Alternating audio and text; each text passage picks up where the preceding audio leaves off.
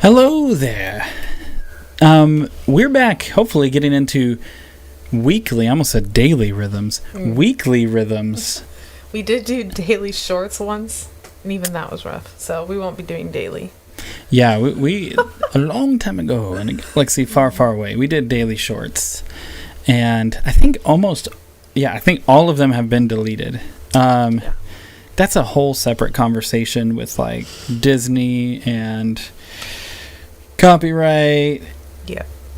Not monetizing the channel, all sorts of fun stuff. That's not the topic of today. But nonetheless, we're getting into a weekly rhythm, bringing back Nerdy Cantina, and we kind of have three main things we're going to hit today. First is we're going to look at a George Lucas interview, a very rare one. He never gives interviews, so this is pretty cool that he's doing that.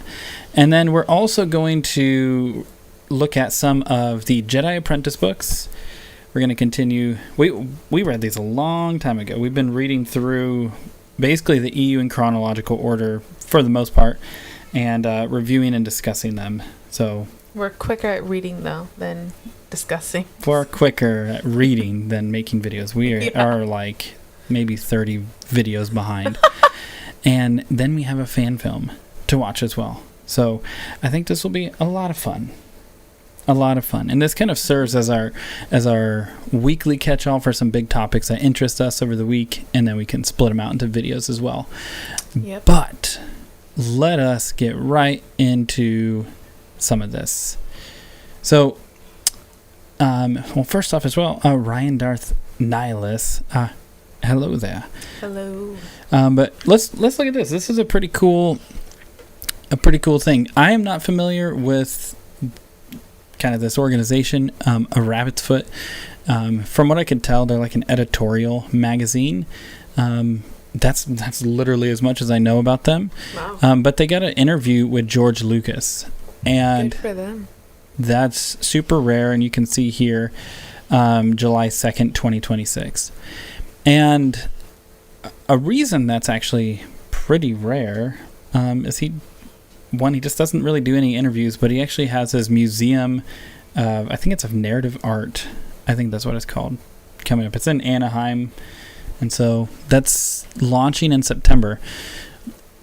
But what's pretty cool about this is, for the most part, we're not going to cover the whole thing. There's one segment in particular I want to look at. For the most part, he's kind of reminiscing on his time with other directors like Francis Ford Coppola,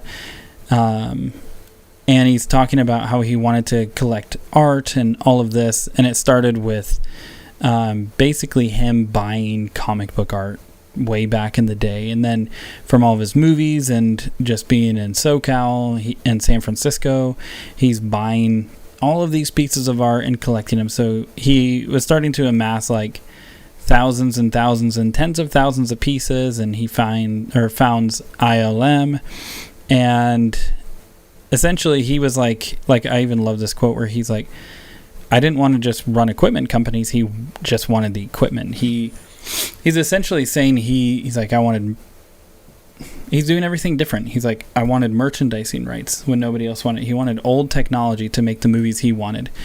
Mm-hmm. But what's really cool is it comes to this piece talking about he had about 30,000 pieces. So this museum that he's launching in Anaheim, basically in Orange County, is like his own personal collection, him and his wife's personal collection, plus I'm sure a lot of other stuff. But what we come to is this. So obviously, here we go, George and Mark Hamill. But I thought this was really cool. It says, this is George. I had a group of friends I went to school with. This is the craziest school group, if you will. What a group. Martin Scorsese, Francis Ford Coppola, and Steven Spielberg. The four of them all make very, very different movies, but it's so cool that they're all friends. Mm-hmm. And he says, we were all students at the same time, and we all knew each other really well. I know what their prejudices are. When I show them a movie and they make comments, I know where they're coming from. That kind of feedback, he believes, is useful. Other feedback is not. I don't like focus groups, Lucas says. The audience doesn't know what they want to see. If they don't like a character that's interesting, and as a filmmaker, I want to find out why. But when the studios hear that, they take the wrong message. They let the audience actually make the movie. Of course, now they go crazy with that. It's all about what the fans think. That isn't how you make the movie. You make a movie by finding someone that knows how to make movies, that has a story to tell, and is passionate about it. Before we even go on, this is like, you're jumping into this cold because I just found this. Yeah. Just with everything, Star Wars, George Lucas, I mean, what's your initial thoughts about that, if anything stands out? At first I was like, what do you mean we don't know what we want? But then I think it does make sense because it's not our story to tell. So for in this case, with Star Wars, with George Lucas, he has a specific story. As a fan, who am I to say how it's supposed to go when I don't know where it's going? So it's hard for me to, without having the full picture, he's the only one who knows the direction, and we can have ideas, and maybe we have good ideas or bad ideas, but none of that matters for the one who's telling. I mean, it does matter. It's not like we don't matter, but what matters is the end of the story, which he knows where we don't. And so I think it actually makes a lot of sense. And then I think too, if you focus too much on what an audience wants, if you have only 5 people watching your movie, you're gonna have 5 different opinions. And then imagine the amount of people who are watching Star Wars.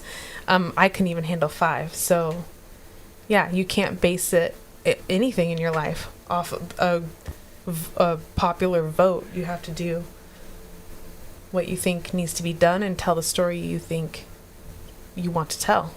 Or else you're gonna, I don't necessarily want to bring this up, but or else they're gonna end up like the sequels, and we're gonna get directors fighting, and they're gonna be making slight at the fans, and they're trying to give them what they want, and then they take everything. It just got super confusing. And so I think that's a prime example of why you don't want what the audience is calling for, because we don't know what we want, because that's what happened with the sequels, and we didn't get a cohesive story. Yeah, and what I think about this as well is George Lucas always seems to like approach Star Wars differently than the IP would maybe lend itself to think, or to how you think the IP should actually play out. Because I think sometimes it's like, hey, we got to sell a certain amount of toys.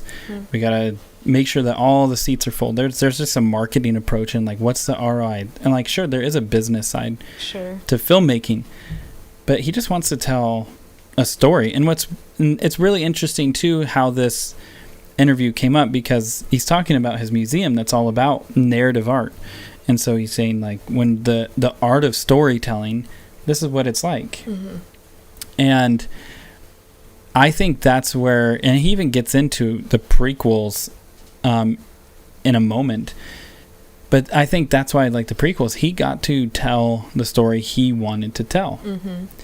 And yeah, I mean, still to this day, there's a lot of people who don't like them, but there's a ton of people who do.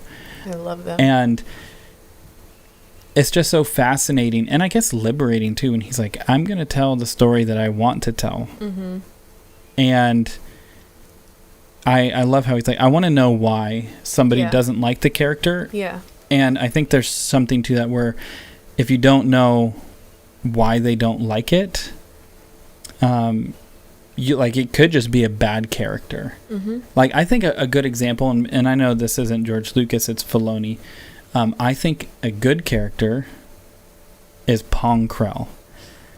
And I don't say good as in you should like him. I say good as in you're supposed to hate him. Yeah.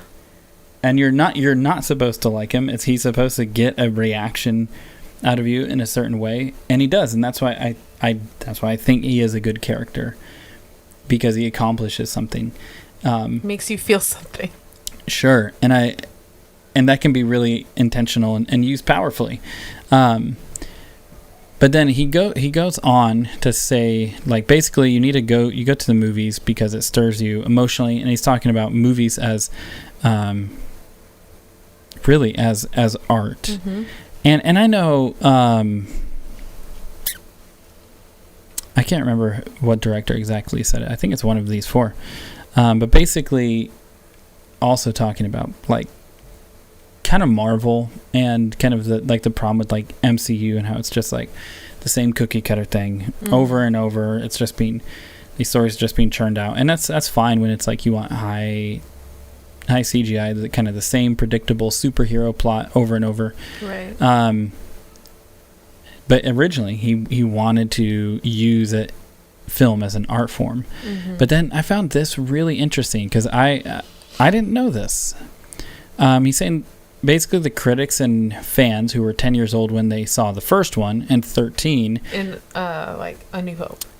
Yeah. Okay. So he's essentially talking about like the original OT fans. They basically complained that they didn't want to see a children's film. So here they're basically, the interviewer starts to ask him about like the prequels. Then kind of knowing like, hey, you kind of say you don't care when people don't like a character, and that seems to be a big criticism about the prequels. Right. I mean, we freaking have prequel posters on our wall. We're huge prequel fans, but I feel like that's really good interviewing and questioning. And apparently he adopts a high-pitched whine to kind of like mock people, saying like, oh, that's terrible. Jar Jar Binks is terrible.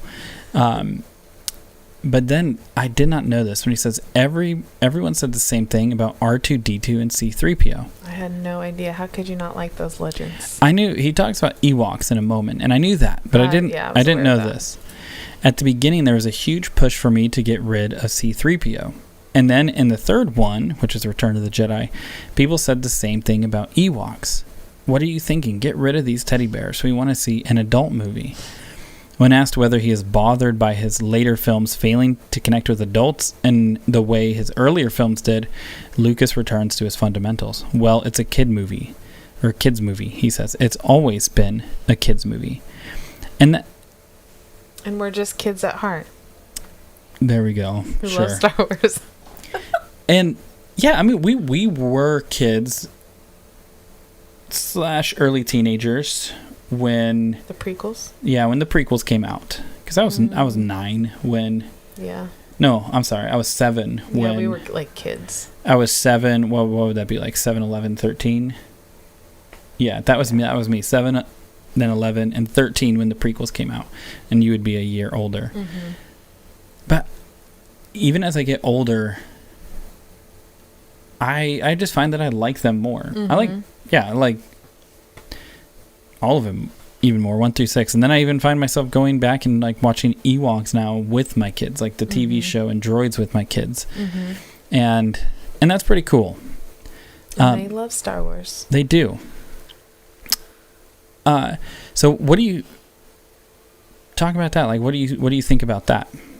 That's a funny picture to see Darth Vader posing. I know. Sorry, what do I think about? Kirshner. Yeah. What do I think about what? Yeah, like just that it's a kids movie. Yeah, just when the criticism comes when he's like, yeah, well, it's not even for that. It's for the kids. I mean, you can't really fight the one who created it. If that's what he says it's created for, it doesn't matter if I agree or not. I think there is times where I'm like, oh, this is a little. I mean, I watched all of Star Wars. Like you said, I was 13, 14 when Revenge of the Sith came out, and I watched the original trilogy when I was a wee one. And there was definitely like darker elements where like I didn't like watching Empire Strikes Back, and even as a preteen teenager I didn't love Revenge of the Sith. I liked the movies, but they were a little darker for me. But I'm also very like sensitive even as an adult. Like I watch them more as an adult and I enjoy them more, and I love the story thread and the character development in those movies. But I can see as a kid why I was more like reserved to those two specifically. And then even I hear people complain all the time about Clone Wars isn't for kids. But then, I mean, I don't know what's big and popular right now. I don't pay attention, but I think it's probably more for kids than a lot of the other things that are set to be for kids that are marketed towards children. And I don't know that he made Star Wars for like a 4-year-old, like when he says a kid. Yeah. So like a kid to me, does he mean like a 12-year-old, a 15, a 16-year, like, are we talking like 18 and under? Like probably upper elementary and older. Yeah, and so I mean, I was that age group, and I loved all 6 of them. Even though some of them were maybe a tad bit darker, it wasn't like inappropriate or anything like that. It was just almost introducing me to an aspect of the world where everything's not perfect. Everything doesn't always go well and good. But it was almost in like like I never had nightmares, or I was never like scared of it. I think they are for kids and adults who have childlike hearts. Yeah. And I mean, because even with our kids and watching them like Star Wars, Mm-hmm. I mean, essentially, yeah, like fall in love with it, and they're just like, they become obsessed with it. Mm-hmm. Like that's super cool to see that. And With our firstborn, at first we were all our kids have to have their first party. Their first birthday is always a Star Wars party. We get to decide, and from there, then they have their own interests, and we let them obviously decide what kind of theme they want.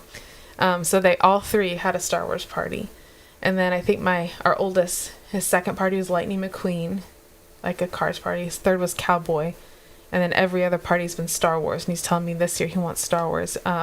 So we were concerned at first, like, is our kid not gonna like Star Wars? But now he's very obsessed with Star Wars, and he loves it. And there's certain things like some Clone Wars episodes.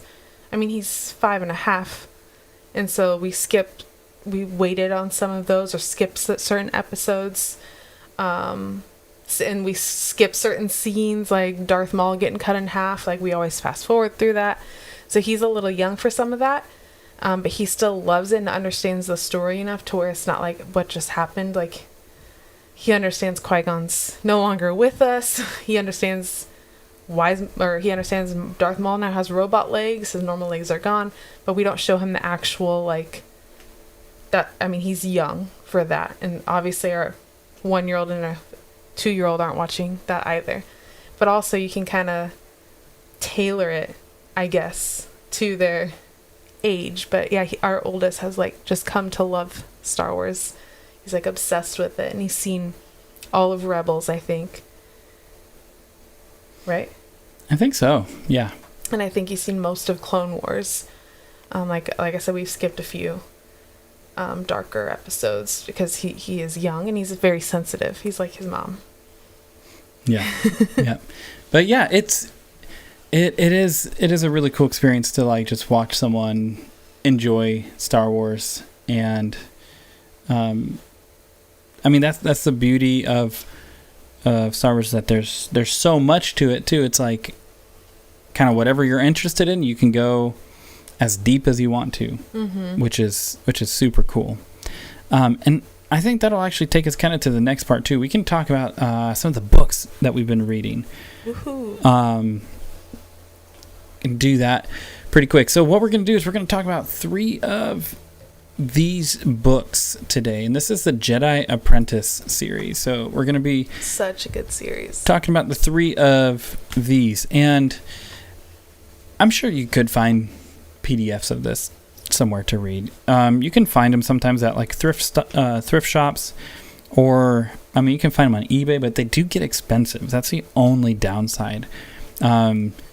Like they're old Scholastic books, and I think a lot of people, maybe similarly to this discussion of like Star Wars is for kids, maybe they similarly like kind of rejected the idea of reading a Scholastic kids book. They're so good. And like we're reading a separate series right now, and I would say, yeah, there's maybe some stuff you it's not really worth it.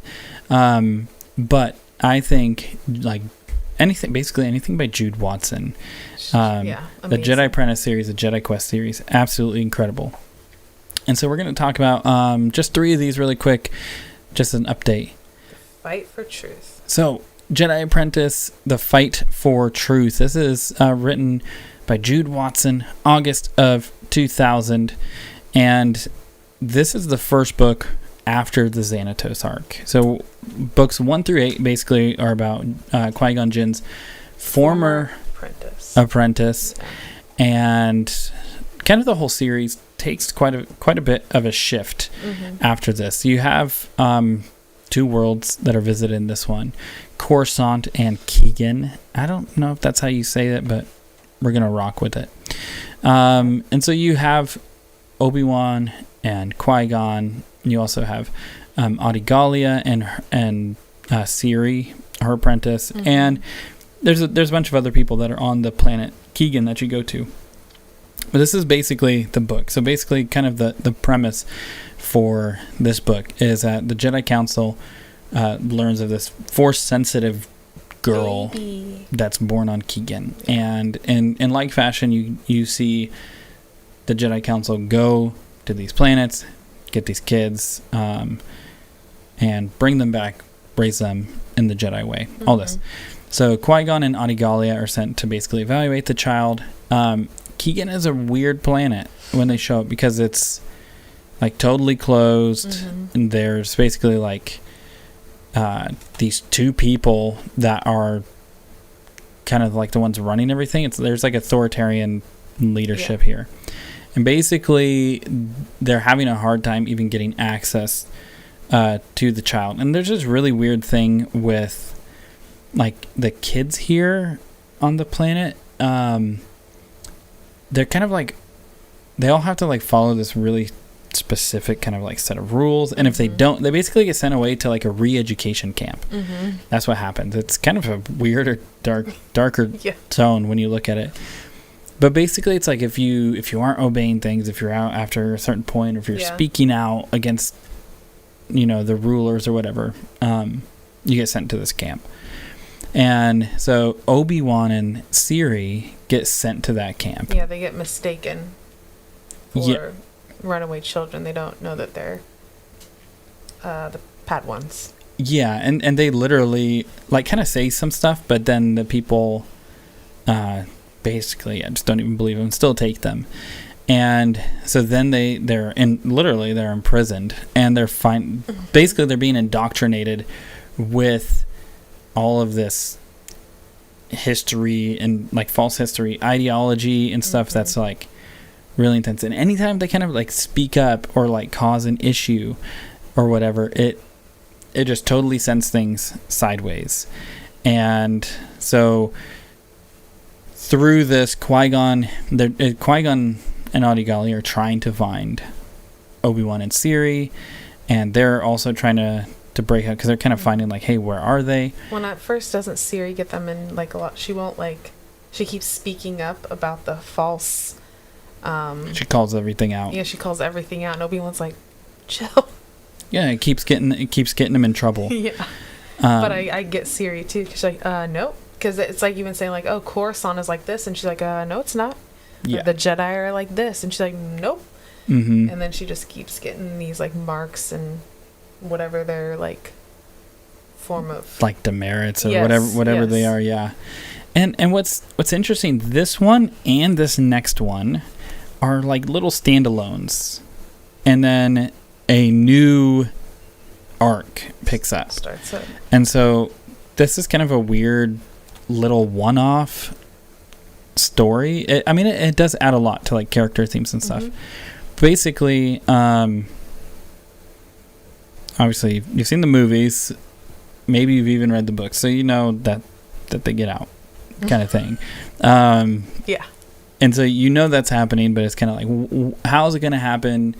What's going to happen to this planet? It's pretty fascinating.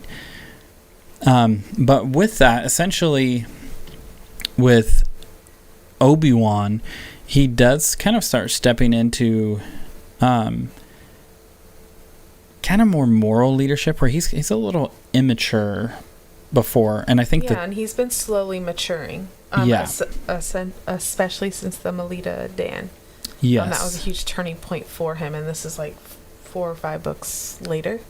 And so he's had a lot of growth. And he's still, he's young.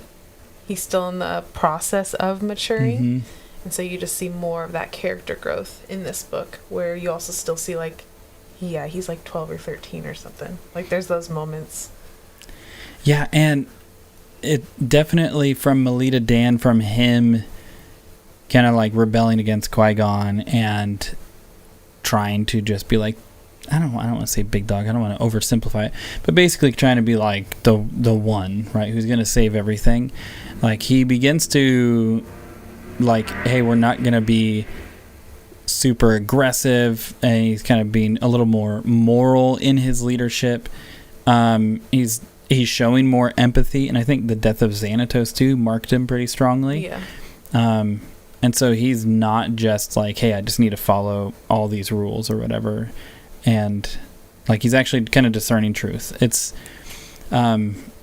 it's definitely interesting. And even, I don't know if you can see it on the cover well, but basically the Obi-Wan on the cover does not really look like Obi-Wan. It's kind of an interesting thing, but oh, that is interesting. Yeah. But with Qui-Gon, essentially too, Qui-Gon, he's leaning into like intuition, because everybody's kind of telling him everything's okay. Mm-hmm. And even like with the parents of the kid, like, he kind of has to keep pushing through what they're putting out in front, and trying to figure out the truth, and just also the way he's thinking about like Obi-Wan and Obi-Wan's, like, it's kind of his free will, like just letting Obi-Wan grow too. Right. Yeah, Qui-Gon's a cool character. Qui-Gon's in this just one. Always great. Mm-hmm. And really these books too, like the Jedi Apprentice books, like, if you want to read more about Qui-Gon, like, yes, you should definitely read these. And then Ciri's also a cool character. Obi-Wan's pretty intense, and she's a balance to that. She does have a lot of courage, but she also she can get like kind of hot-headed at the same time. She has a lot of resilience, but her and Obi-Wan in this series are awesome. And do you have any thoughts of the three of those before we go into kind of like other parts of the book? I think you covered it well. I think every character is intentional and plays a part in obviously their own character growth, but then they kind of rub on each other and push each other into different areas of growth as well. So it's really cool how the characters come in and help each other grow. Yeah. And I think when we come down to this book, if I'm thinking of like an essential, right, I would probably say, I would be careful. At some point you're going to be like, yeah, everything's essential, right? I think the whole Jedi Apprentice series is pretty essential. Yes. This one would kind of be on the line for me until the end, because there's the two, I can't really remember. They're like two, like, I don't know if they're like husband and wife. I think they are. Oh, yeah. But they're these like Keegan leaders. You get insight to why Keegan is the way it is. And why they're so, like, they're trying to be separated from everyone else, why they are so authoritative. It's really from a place of, I don't know if this is a spoiler, but like fear. And they're trying to, well, I'll just leave it at that. Sure. Yeah, 'cause I think it's worth reading for sure. Yeah. But there's one really cool thing, and I will, if this is a spoiler, who cares? I mean, at this point the book is like 26 years old, yeah. So it is what it is. But they basically have these visions, these Keegan leaders, which is pretty cool, and it's really heavily implying, like, you don't hear the names, but basically it's heavily implied, like, it's Darth Vader, it's stormtroopers, the Death Star, and like they're seeing the Empire. Yeah. And yeah, they're trying to like pull away from everything. And even Obi-Wan or Qui-Gon sees Obi-Wan as an old man, and it's just, there's like, it's really, really interesting to see those visions. And I feel like Jude Watson a few times pulls that theme through, like strong visions about the future, and that makes it really cool. And I think it really has a lot of prequel foreshadowing. Yeah, that's really what it comes down to. In these books, Jude Watson does a really good job at making stories that make the movies better. Mm-hmm. They like, you will love the books, but then you'll actually love the movies more too as you read, because it's just building this like this depth that takes you even deeper than just the movies do. And so they like reinforce and like supplement really well the first 6 movies. Oh yeah, and I think this is cool because some of the books I really get into I don't know if I would call it the more cultish or the more like indoctrination. There's just some weird things where I'm like, that's kind of different, and I like seeing that, and reading about it. It makes a really cool story. Do you have any final thoughts on the Fight for Truth? No. Cool. I think it was a great book.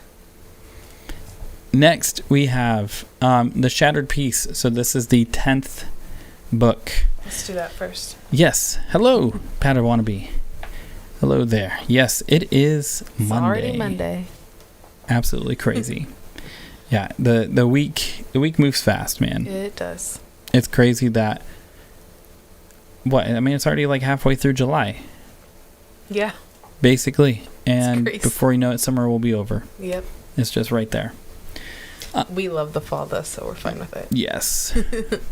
So book 10 in the Jedi Apprentice series, The Shattered Piece, also by Jude Watson. She wrote everything except for the very first book. Mm-hmm. October of 2000. So again, these are like cranking out. Yeah. I was 8 when this came out, so I don't like remember like seeing the advertisements, like maybe if you were older and like watching this, or like if you were a kid heavily following Scholastic, maybe you saw this, but these were being cranked out. Yeah. And they don't feel rushed. Mm-mm. Like they feel really, really good. And book 9 and book 10 kind of focus, or kind of serve rather as like these little standalone stories, kind of like jumping between major arcs. Yeah. Little breathers, but there's still some tension going on. Mm-hmm. Even off the bat, before we get into it, this one was kind of weird to me. I feel like the first 8 are so good, and 9 was pretty good, but then this one just hit kind of a weird spot for me. Yeah, how did you feel about it overall? I would not just like, which isn't the point, but I wouldn't just pick it up and read it on its own. Sure. But Jedi Apprentice as a whole, it's good, I guess. It's not my favorite one, but I enjoyed it still. There's characters that I still like, and so yeah, it's just not my favorite Jedi Apprentice, but like if I was to reread, I would read it again. I wouldn't skip over it. It's not the adventures that we're reading now, they're probably a one and done.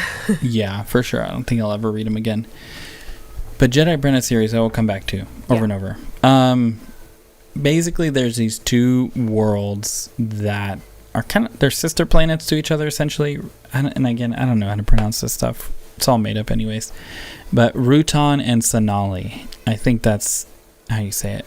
And basically, there's some interesting things. So, like, Rutan, they're, like, hunters. They're very militaristic. There's honor bound. Everything kind of revolves around honor. Sonali is kind of more of the idealistic, peaceful planet. Mm-hmm. So basically they're almost like caricatures of each other on opposite sides of the spectrum there.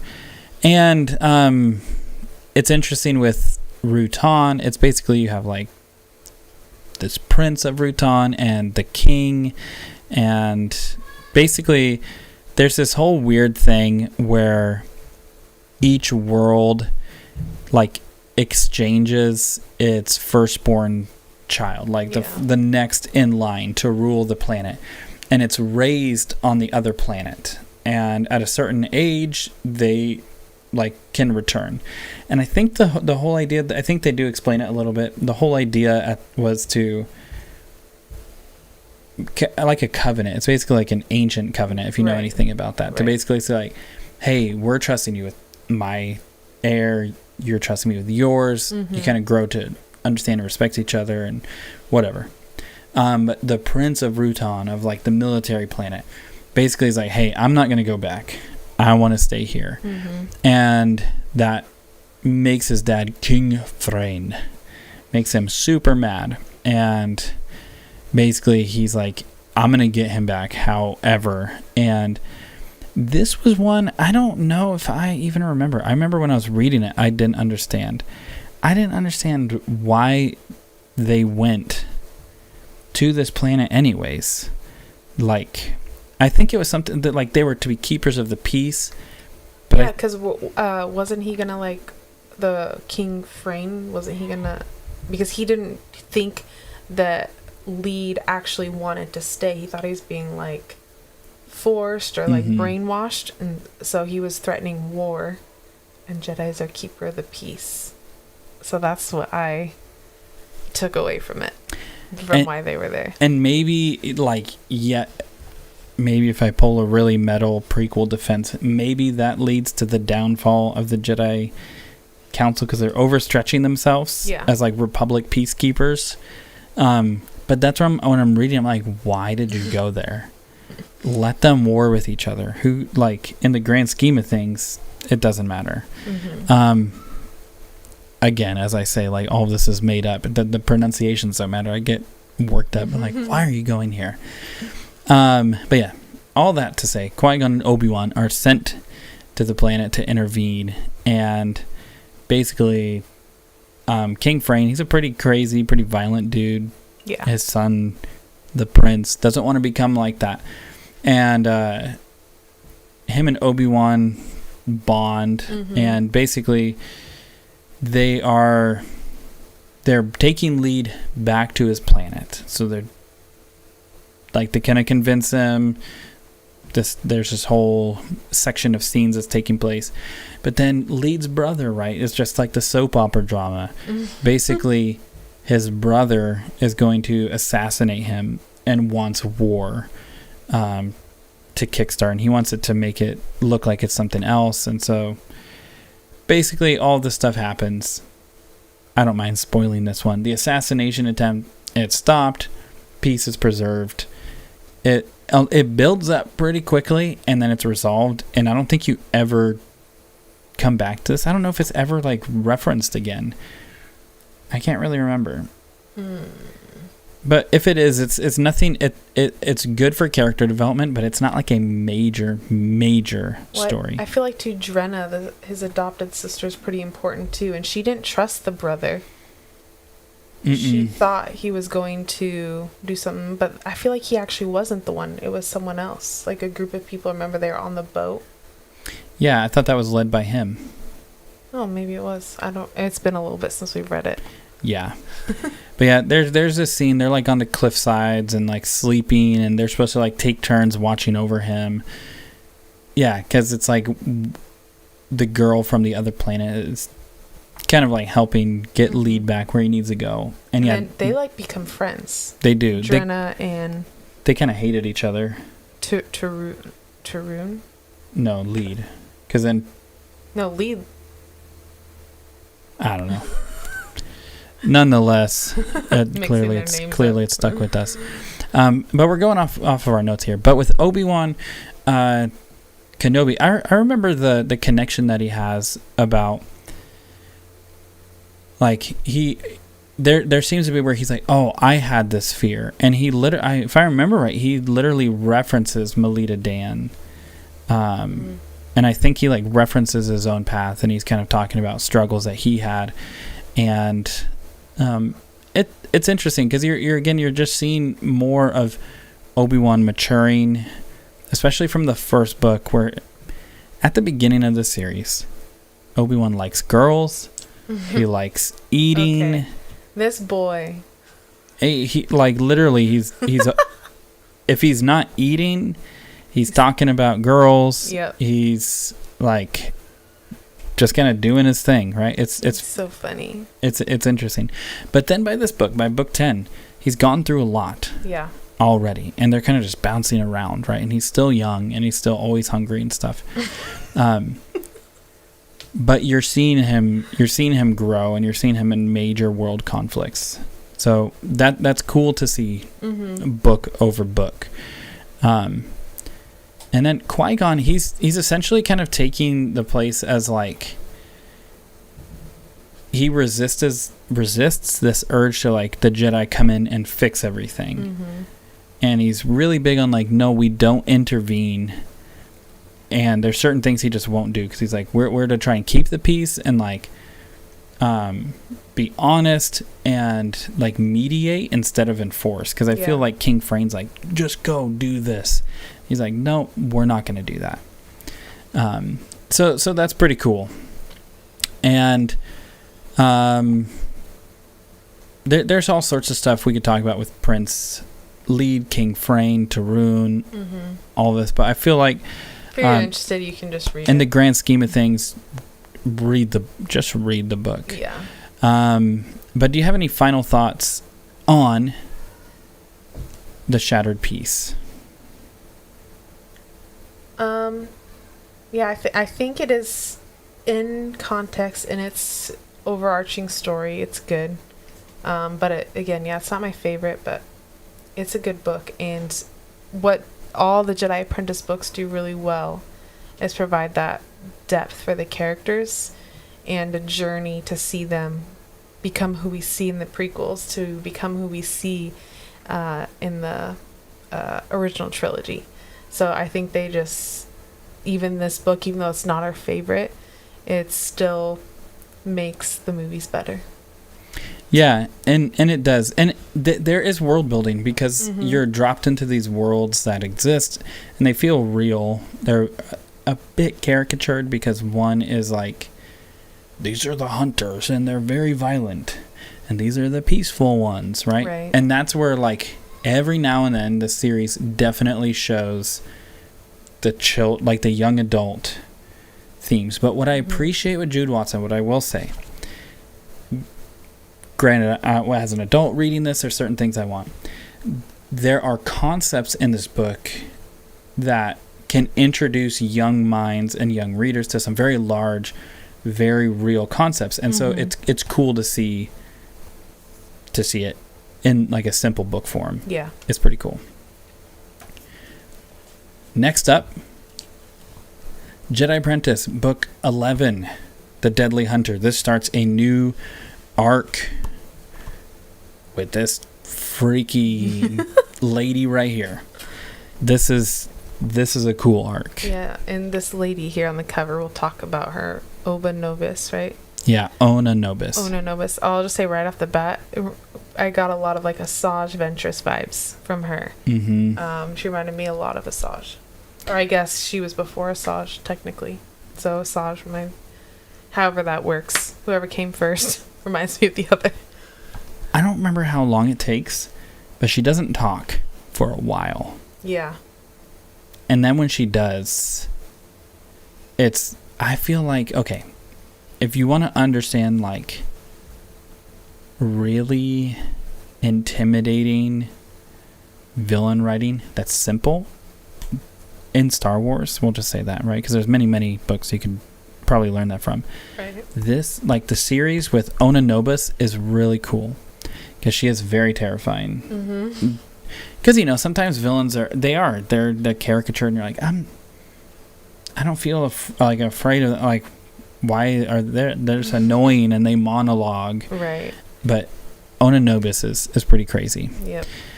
So Obi-Wan, he's about 14 years old now in this book, and I would say the audience for the book is probably a few years younger. Like, I think maybe they're kind of supposed to like look up to Obi-Wan. What do I know? We're 30-something-year-olds reading it. It's great. But I think that's the target audience. But it doesn't talk down to you when you read it. Two worlds are here, and this is interesting because you have Coruscant and then this other planet that you're only on for like a little bit. But Obi-Wan and Qui-Gon, it starts. So if I'm Okay, let me go through the summary before I just start ranting. So Qui-Gon, they're back on Coruscant. Qui-Gon wants to stop visit his old friend. Visit an old friend. And he owns a cafe, and it's kind of this rundown, rinky-dink. And as we were reading it, I was like, this sounds like Dex's cafe. Mm-hmm. And I did some research, and Dee Dee does end up selling it to Dex at some point. Spoiler alert. But that's even a cool, like, it's reading, because I've seen the movies and I'm reading this, I'm like, I've seen this. Like, I can picture exactly what you're saying. And she, in this book, Jude Watson never mentions Dex's or tells you that's what it is. So that was a really cool, like, that's so cool. Yeah, and it is. And there's a lot of prequel nods, which make it really cool and really fun. Dee Dee just gets himself into trouble, basically. And doing stuff he shouldn't be doing. Yeah. Not like terrible, like evil things, but he's a little problematic. Yeah. But with Dee Dee, he basically, he's like, somebody's after me, and they find out, yep, somebody is after you, and that's you find out through the course of the book that's Ona Nobis. She has this like lightsaber whip kind of thing. It's not really like a lightsaber exactly. Electric. But it's kind of crazy. Yeah. But basically there's some political things, and stuff gets tied to this lady who's pretty instrumental in the next 4 or 5 books, maybe, Jenna Zan Arbor. And basically Jenna Zan Arbor, she's doing these really, really unethical biological experiments. But she's very well known scientist who has a good reputation. So what she's actually doing is hidden, and then to the public, she's this great person. Yeah, and basically it's just kind of like not like a whodunit, but it's kind of a mystery where it's like, man, what's going on? And then it eventually leads to this pretty climactic cliffhanger ending. And I think after this point, they're all kind of like cliffhanger, pretty heavy. If you like Attack of the Clones, which I love, you will like this. Yes. I think Attack of the Clones is one of the it's a really good detective movie. Yes. I don't want to say it's one of the best ever, but it is a very good detective movie, especially in Star Wars.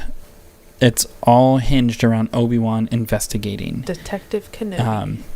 Really cool. And you see Obi-Wan grow in that skill set here, which is cool. And you start to see too where it's like Coruscant, everything's bright and shiny, everybody is who they say they are, but you find that is not the case, and that's what Obi-Wan learns. That some of the most evil things and evil people are hidden behind the people who are really respected. And he does start to have to like trust his own judgment, and so you do see him grow intellectually and morally here. It's not just like crazy lightsaber stuff. It's pretty cool. In all these books, you continue to see Qui-Gon and Obi-Wan's relationship grow too. Like, we haven't really mentioned that in the previous 2 reviews, but that's just like a given with Jedi Apprentice, and that's why the series is so good, is because of the character development of Qui-Gon and Obi-Wan and their relationship with one another. Yeah. And for Qui-Gon, you also see that you see it directly, but then it's alluded. He has all these relationships that he builds, and he doesn't just serve like the big galactic leaders. He just serves everybody, and he has compassion towards everybody. Yeah. And you really see this wisdom that he holds in relationships, because at first Obi-Wan's kind of like, why are we going here? We shouldn't go here. We should go see Yoda's waiting for us. Yeah. And he's like, this guy's a friend of Yoda too. Yeah. And he's talking to him, finds out he's in trouble, and he's like trying to help him out, do him a favor. So that's cool to see, because you definitely see that Qui-Gon was different. I mean, even in the Phantom Menace, not books, comics aside, even in the Phantom Menace, you see that Qui-Gon was different, and it's cool to see how how that works. I think it's important too. We're not going to touch on her because too much because she wasn't a major character, but Dee Dee's daughter does come in here too, and then she becomes a bigger part of the story as the arc goes. She's like a waitress. Yeah. And what's really cool about the way Jude Watson writes, if you haven't read Jude Watson, she introduces a lot, but there's a pattern where when she introduces something or someone, you know that it's going to come back. Yeah. And so you can just pay attention, be like, oh, this new person is being introduced probably for a reason. And you just pay attention to that initial introduction. Right. And maybe look for themes that continue, and you can pick up on what's going to happen. It's not like hyper predictable, but she's a good writer. Yes. That I think this, honestly, if I was, we homeschool, so I guess I will be in a few years. But once upon a time in a galaxy far, far away, I subbed at a school. And in one of them was middle school language arts, middle school English. If I could, I would have middle schoolers read these books to force a love of Star Wars upon them, but also to show hey, in simple terms, this is what good writing could look like. There's a lot of other great books they should read, but I think for Star Wars, absolutely, this is really cool. The other two characters we'll touch on really quickly because they're definitely worth noting for the next few books. First is Jenna Zan Arbor.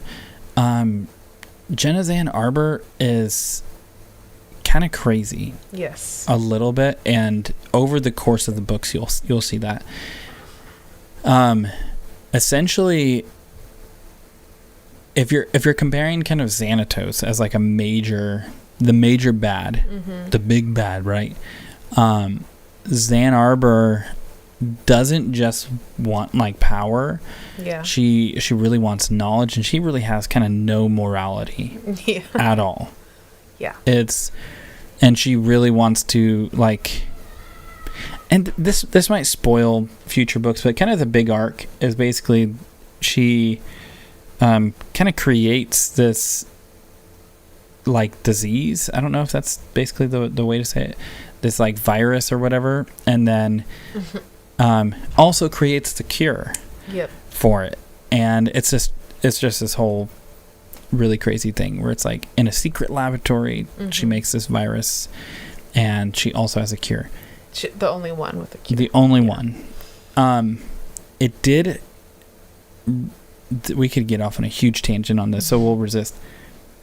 There's a criticism of Dave Filoni pulling from the EU and kind of cherry picking certain things that it's hey, this is really cool, I'm going to take this idea. Yeah. I think it's because he wants to tell good Star Wars, and he just understands the state of the storytelling, that these stories will never come back, they will never see adaptations. Right. But Blue Shadow Virus, Clone Wars, kind of reminds me of Jenna Zan Arbor's arc slightly. Yeah, she's a little more evil. Yeah, then a better villain. Dr. Vindy or whatever that dude's name is. But yeah, Jenna Zan Arbor is interesting. You're kind of only seeing the tip of the iceberg here. She'll be a pretty major bad character in the next few books. But then Ona Nobis, I'm pretty positive she does not say one word in this book. I don't think it's in this book she talks. Yeah, I can't remember in which one she does speak for the first time. But she makes you wait, though, for sure. Yes, and she's not even necessarily some dark side force user, just a scary bounty hunter. And no real ideology, just cold. She just wants her money. Yeah, she just wants money. Highly effective. She becomes when her and Obi-Wan fight, and when all this stuff's going on, she's pretty crazy. Yeah, she's cool. I think though, Jenna Zan Arbor, she's not a force user at all, but she becomes pretty memorable. Yes, as the way the books go. Yeah. with Dee Dee coming in. Dee Dee's a cool character, but this is a book definitely, I think, if you like Attack of the Clones, yeah, you'll like this book. Yes. All right. Any final thoughts that you have on The Deadly Hunter? I think this is a great book and a great start to the next arc, and I'm excited to talk about the rest of this arc. Yes. It gets crazy, and there's some parts like, oh no. But I've seen, like you said, I've seen the movies. I know everyone is okay. But then there's still that tension because she's such a great writer. Even though I know things are going to be okay to the end of this arc, there's still like, what's going to happen? This tension as we read. Oh yeah, and I'm even going to pull up a YouTube channel that I think is a really cool one. Okay, here we go. It's this one. So let me switch here. So this YouTube channel, cool. I don't know. She posted recently about, which one was it? There was a novella that was, she got her first notice to be pulled down, because basically what this is it's literally someone just reading the books. Like, it's literally like even one of the books we just talked about, right? Like, I'll just show you. So I mean, it takes her a little bit to like go through them, right? But like, it's not AI. Star Wars Jedi Apprentice. So it's cool. Qui-Gon slowed his stride and turned off his lightsaber. That's awesome. Well, Padawan. So there are no audiobooks of this, but this is pretty cool because, one, it's not AI, it's human read, and she's literally going through like the Jedi Apprentice series, and she has some older stuff too. That's awesome. But if you're interested in these books, definitely check out the Jedi Apprentice series here. I mean, it's an easy, really passive way in a couple hours. I feel like some of these books we were literally reading in like one night. Yeah. Some we could not put down. Yeah, I mean, they're not big books. Some would take a couple nights if you only read like 20 minutes or 30 minutes, but it doesn't take long sometimes. Like they typically took us about 3 nights. I think so. Yeah. Yep. But we were gonna watch a fan film, but we're gonna do that at a later time. Sweet. What we were gonna watch, which I am excited for, it can be pushed to next week's show, is it this one? Oh, I don't know. I don't know where it is now. But it was it's called Dawn of the Clone Wars. So it's a fan film, Dawn of the Clone Wars. I think it's gonna be a fun watch. But we will watch that next time. But for today, that is gonna be our Nerdy Cantina. Hopefully you enjoyed the George Lucas interview and some book talk. Yes. And as always, we are 2 Star Wars nerds. May the Force be with you always.